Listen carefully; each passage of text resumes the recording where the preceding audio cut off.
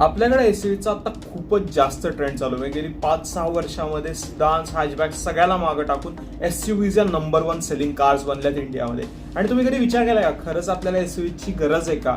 म्हणजे सिडान्स किंवा हॅचबॅक आपल्यासाठी बेटर असू शकत नाहीत का? म्हणजे एखाद्या सिटीमध्ये तुम्हाला फिरायचं तर हॅचबॅक छोटे त्याचे डायमेन्शन बेटर असतात, किंवा तुम्हाला हायवेवरती जायचं तर तुम्हाला better fuel efficiency, better stability, better space हे सगळं सिडानमध्ये मिळतं. मग नक्की एसयूव्हीची आपल्याला का गरज आहे? आज आपण याच टॉपिकवरती डिस्कशन करणार आहे. तर चला एकही मिनिट वाया न घालवता हा व्हिडिओ सुरू करूया. So firstly let's talk about की आपल्याकडं आता काय काय प्रकारच्या आपल्याला गाड्या मिळतात. सो आपल्याला फर्स्टली मिळतात एसयूव्हीज, ज्या आता सगळ्या सो पॉप्युलर होत चाललं, जसं की आपली कियाची सेल्टॉस, क्रेटा, ग्रँड विटारा किंवा आपली व्हेन्यू, ब्रेझा, या सगळ्या गाड्या आपल्या एसयूव्हीज आपण म्हणू शकतो, किंवा पंचला पण काइंड ऑफ एसयूव्हीज आपण म्हणू शकतो. या सगळ्याला आपण इंडियामध्ये एसयूव्हीज म्हणतो. आणि हे थोडं मोठे एसयूव्हीज फॉर्च्युनर, इनोवा किंवा एंडेव्हर वगैरे या तर आहेत. तर आपल्याला मिळतात सिडान्स, जसं की आपली होंडा सिटी किंवा मारुती सुझुकी डिझायर किंवा अमेज किंवा सियाज किंवा वर्टूस, वर्ना, या सगळ्या आपल्या सिडान्समध्ये येतात. त्यानंतर आपल्याला मिळतात आपल्या एमपीव्ही, जसं की आपली कारेन्स किंवा ट्रायबर, आर्टिका, XL6, रुमियॉन, इनोवा, या सगळ्या आपल्या येतात एमपीव्ही, ज्याच्यामध्ये आपल्याला 7 लोक वगैरे बसतात आणि त्यांची बॉडी अशी थोडीशी व्हॅन सारखी दिसायला असते, बट थोडीशी एसयूव्ही सारखी पण दिसायला असते, असं कॉम्बिनेशन असतं. या येतात एमपीव्ही. आणि यानंतर आपल्याकडे येतात हॅचबॅक्स, आपल्या छोट्या गाड्या, i20, स्विफ्ट, ग्रँड i10 किंवा वॅगनार, या सगळ्या गाड्या आपल्या येतात हॅचबॅक्स. सो मेनली आपल्याकडे कार्सचे हे 4 प्रकार आहेत. नाऊ ह्या 4 प्रकारांचे आपापले फायदे ऑब्विसली आहेत. तरीही या सगळ्यामधले एसयूव्हीचे एवढे जास्त परचेसर्स काय, या प्रश्नाचं जर आपण उत्तर द्यायचं म्हटलं तर आपल्याला काही मुद्द्यांवरती डिस्कशन करणं गरजेचं आहे. जसं की मी म्हटलं, पहिल्यांदा आपण समजून घेतलं की कुठल्या कुठल्या प्रकारच्या गाड्या आपल्याला मिळतात. नाऊ आपण 1 बाय 1 अंडरस्टँड करूया की या सगळ्या गाड्यांमध्ये कुठली गोष्ट मिसिंग आहे जी एक एसयूव्ही तुम्हाला देते. सो सगळ्यात पहिल्यांदा आपण येऊया हॅचबॅक्सवरती. सो हॅचबॅक्स जे आहेत त्या हॅचबॅकमध्ये आपल्याला डायमेन्शन्स छोट्या मिळतात, ग्राउंड क्लिअरन्स कमी मिळतो, स्पेस आतमध्ये कमी मिळते. सो या सगळ्या कारणांमुळे आपल्याला एक एसयूव्ही जी आहे ती बेटर वाटते ॲज कम्पेअर्ड टू एक हॅचबॅक.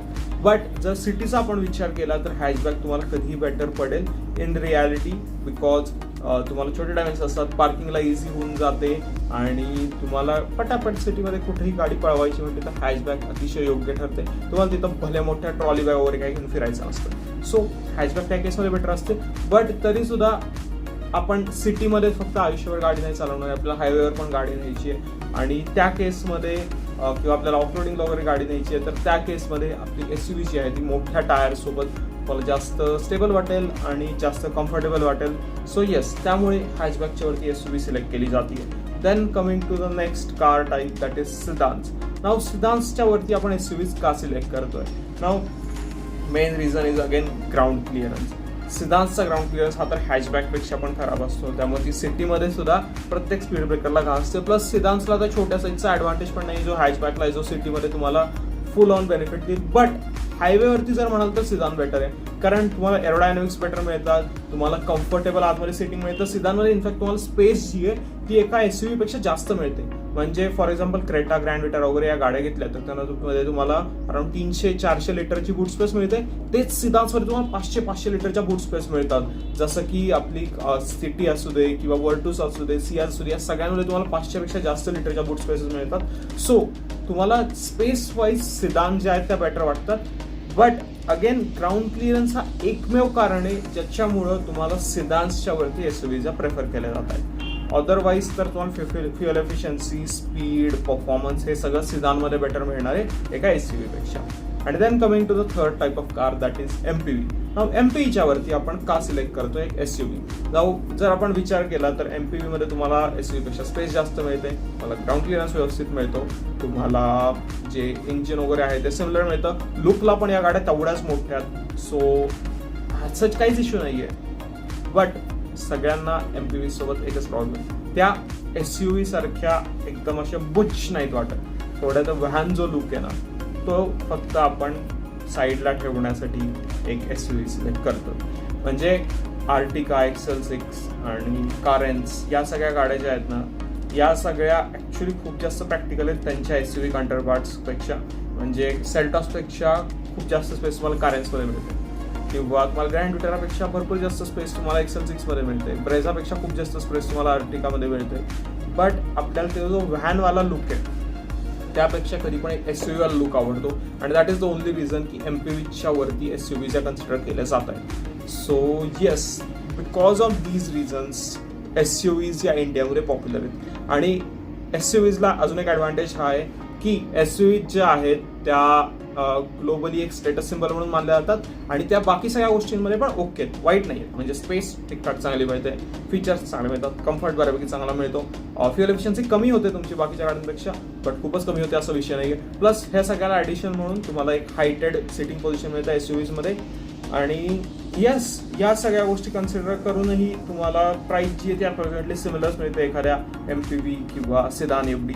एखादा 50,000 1,00,000 रुपये वर खाली असते, which is not that big deal. जेव्हा तुम्ही SUVचे प्राइसेस बघताय तेव्हा ते 5-10% इकडे तिकडे वरती खाली तेवढे लोक ऍडजस्ट करतात. सो या सगळ्या कारणांमुळे आजकाल SUV ज्या आहेत त्या प्रेफर केल्या जातात. ही कारणं योग्य आहेत का?